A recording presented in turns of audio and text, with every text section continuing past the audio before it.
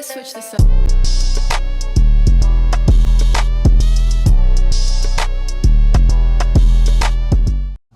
Once, when I was in high school, there was this guy who sat alone in the hallways, and this was when there was like school shootings like crazy, and I was just like, once I saw him playing like PUBG, and I was like, oh, he's violent. And I remember like for a week my friends didn't see me at lunch because I sat with him in the hallway just in case like he like does something to the school, like he would save me.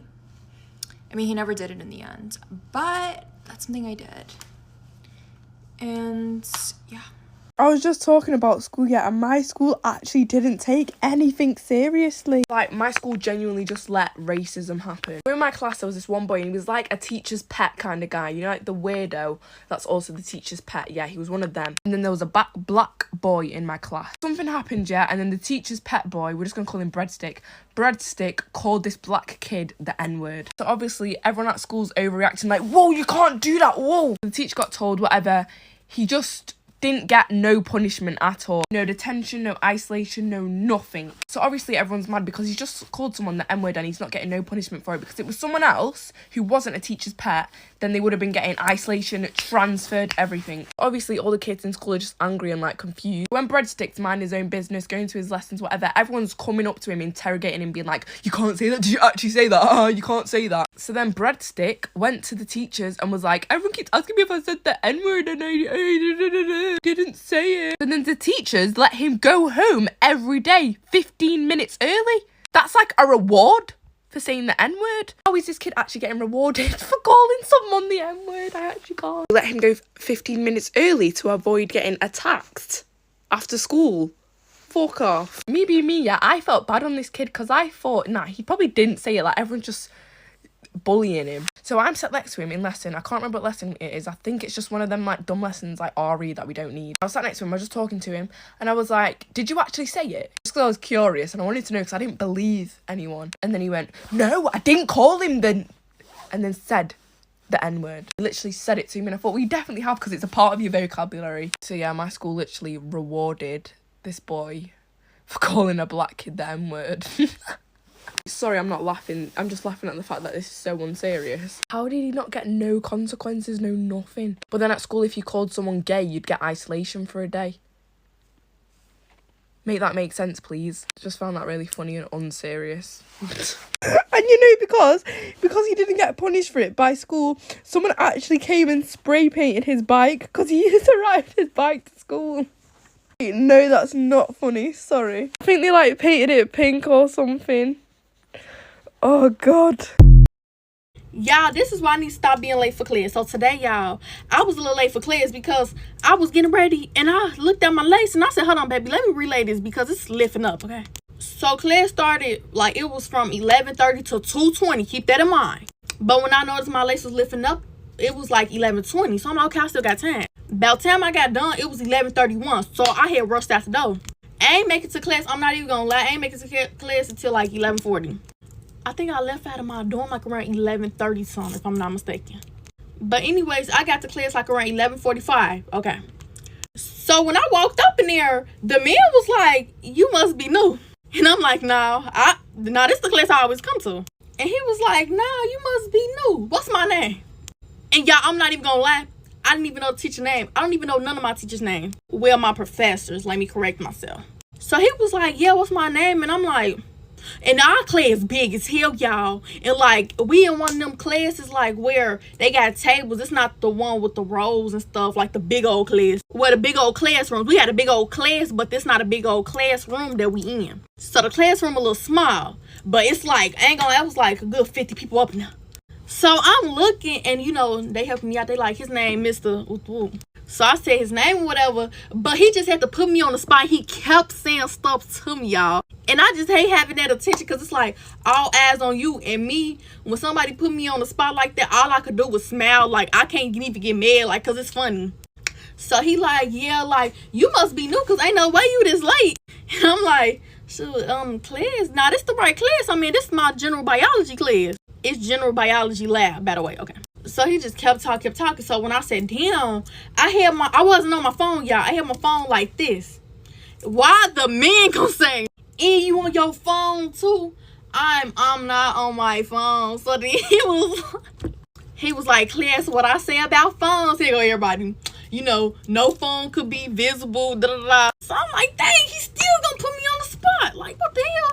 And then he did it again, y'all. So I guess we get graded for our attendance too. So everybody, saying their names. So they handed the paper to me. Like, I was the next one. Because I literally just got within, I want to say 3 minutes of class, y'all. He was just steady saying stuff to me. It was like everything I was just doing, he always had to say something. So they gave me the paper. So I'm putting my name on it. So he was like, who got my roll? So I turned around, I'm like, me. And he was like, and you got my roll too. And you like, give me my roll. I'm like, I know you lying. I know you lying. I know you ain't finna do this to me. And then the class didn't even last that long. I was in that class probably for a good 6 minutes, and he dismissed us. So I'm like, I thought we were supposed to get out of 220. What's going on? Like, but I guess we supposed to take a test. It was something, y'all. But the people in my class, they real nice and generous. Cause one of the girls that came up to me, she was like, came up to me and this other girl that was late. She was like, here, take down my number because we finna talk about like what to wear. Cause the girl who said take down my number, she had on some shorts and stuff. And like, this is a lab class, you got to be fully clothed. Y'all see me. So she was like, yeah, cause I didn't even know nothing about this. So we end up texting each other. Okay, blase blase. But when I was leaving out, it was some girl, y'all. Like, it was just this random old girl. She kept mugging me. Like, I swear to God, I'm over here like, did I take her man? What did I do? Like, she was like, and I'm like, and she kept, like, it was so crazy because we was going the same way. Y'all, baby, listen, I don't know what I did to you. And I was just on the phone with my friend, chatting it up. It was like every time I was saying something, she looking back like, and I'm like, girl, because, hey, look, I will say something on here, but, too many people be watching me, so I'm keeping my mouth shut. But now, like, I don't like that. Like, baby, it's too early. Like, right now it's only 12:27. It's too early to be having an attitude. Have a positive attitude. But she was just met the entire class too. Like, what's wrong? Who peed in your cereal? But I pray whatever baby girl going through, she get through it, baby. She needs some Jesus in her life. But that's what happened today. Yeah, it's like every time I leave out of my dorm, something always happen.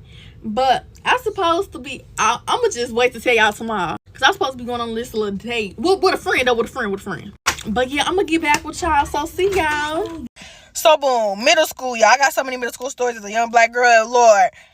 But this one time, I used to like this boy from 5th grade. I love that man. Okay, from 5th grade to like 8th grade. But listen, it was 6th grade. I had wrote a love letter. Like, I had wrote my feelings out. Do you like me back? Woo the woo. Oh, but I wasn't gonna give it to him. Am I goofy? Do I look dumb? No. Whole heart on this letter, baby. Drop the letter like a goofy. One of his friends pick it up. And you know what? We still got beef to this day because it's never gonna be good with me and him. Point blank, period. Gave him my letter. He come looking for me. It's recess, baby. I was so distressed. I'm like, oh my gosh. We walking back in for recess. He come up to me. So, do you like me? What? Do I what? Mind you, this is a person who he don't even barely know I can speak. Because every time he come around, I'm starstruck, baby. I'm in love. So he's talking to me. He was like, so Jamari, do you like me? I just started talking in gibberish. Ran to the bathroom. So upset, over the top, right? Anyways, day later, we have a conversation. And I'm just like, yeah, I like him. I tell my friend, tell him I do like him. Put me on type stuff. You feel me? He tell me, you're a brownie.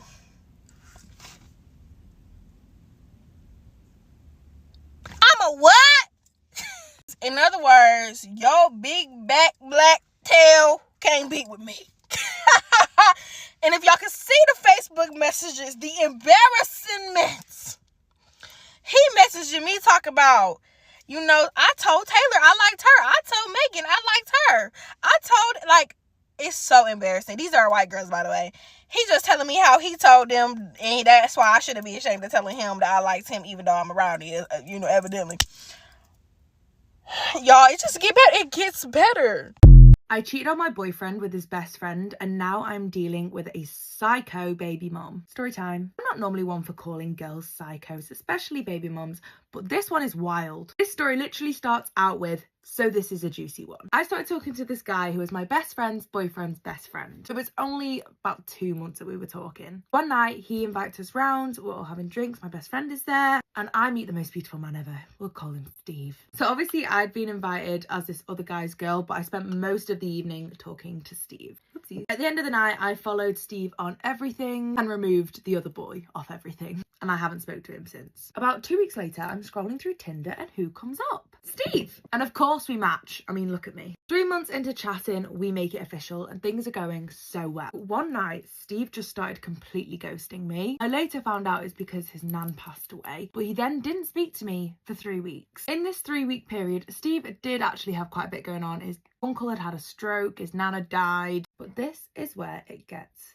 juicy. Steve has an ex who he had a baby with. I found out that Steve had been baby trapped by his ex-girlfriend, who we will call Amy. I don't know why I whispered it. She can't hear me. I hope not anyway. Amy was close to his entire family, but mostly his aunt and the uncle that had the stroke. Amy found out that Steve's uncle was in hospital and she decided to take advantage of this. Knew I'd forget to blend this out. Amy literally waited till the day she was ovulating to sex Steve. That's hard to say. And it just so happened that Steve had been out this night. He was really drunk, out with his mates. Amy invites Steve round and that is how babies are made, kids. A few weeks later, Amy texts Steve with that "I'm pregnant." That's it. And she has been blackmailing Steve ever since. But Steve doesn't want a single thing to do with her. He was also really confused as to how she had actually got pregnant because they used protection. A fit of rage when they were arguing about this, Amy admitted to poking holes in their protection so she could make sure that she actually got pregnant. So we have this 3-week dry spell. Steve comes back and bless him, he tells me everything. He is very, very upfront and honest. But ever since this day, there has been no progression on our relationship. Amy constantly tries to call me, she tries to text me, pushing me out of his life. I am so in love with Steve, but I can't be bothered with this whole situation. So what do you think I should do here? Run. Get ready with me while I tell you about the time I got caught plagiarizing a poem in middle school.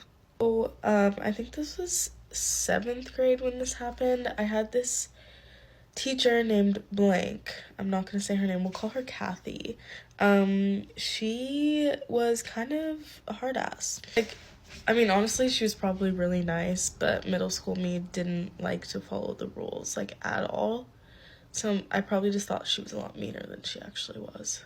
New blush. Don't remember like what the exact assignment was, but I know that I was like making a poetry book for whatever this assignment was. We were in like a whole poetry unit, and so I thought that I knew what I was doing. I mean, like, I don't know if it's just me, but when it comes to poems, sometimes I get confused with like the amount of stanzas and, you know, all of the like grammatical rules of poetry. I thought poetry was literally just writing stuff and making it sound lyrical, I guess. And so anyways, I took the assignment home and I planned on, you know, making like a really cool like poetry book. And I was super into art, and so I was like hand painting like all of the like pages for each poem. And it was getting like really late at night, I remember, and I was like so over it. My mom was like, why did you just now like start this if it's like due tomorrow? It kind of reminds me of like in middle school, like telling your mom you have a project due the next day and you like don't have a poster board or like anything you need for it. So anyways, I was like getting down to the wire. It was time for me to go to sleep, so I just looked up a poem.